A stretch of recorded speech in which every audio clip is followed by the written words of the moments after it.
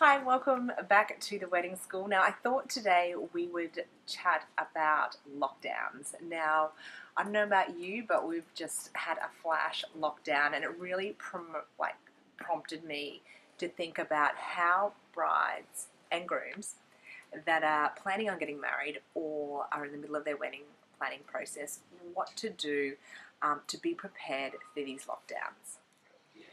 Number one is having an e-invite or a wedding website, something where you can collate all your guests' information and then you can regularly communicate with them. This will not only save time, but also money, because if you're going through a few lockdowns and you're postponing your date a couple of times, you don't want to be spending money on physical invitations every time that you need to do a date change. Okay, number two is suppliers. Now, I've definitely had some conversations lately about what to do in the event of a last-minute lockdown.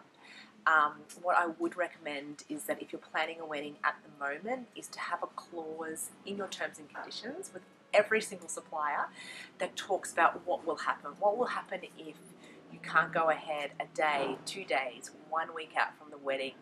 What happens to the amount of money that you've put towards that particular service, and will it get credited? Is there a timeline around that credit? I think it's important to have these conversations just in case.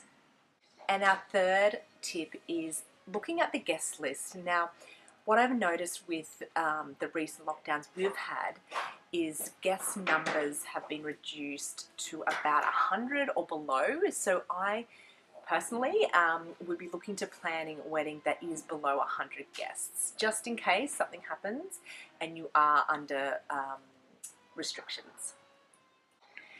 Now, number four is venue. So, of course, it's really important to work out with your venue what will happen in the event of a lockdown, but also what their capacity is and how much square footage they have. So, at the recent lockdown, we'd had to go down to a smaller amount of guests per square footage. So, it's good to know how big your venue is and sort of what the capacity is if it was to go into lockdown again.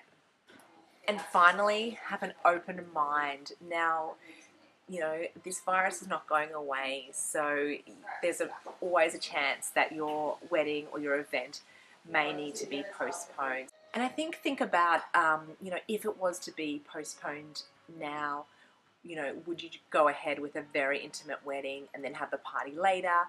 Or you just want to get it over and done with now, so therefore you'd have a very, very small wedding. So I think there's a lot of things to consider, but I think if you've got a little bit of a backup plan, when the time comes, you won't be so stressed.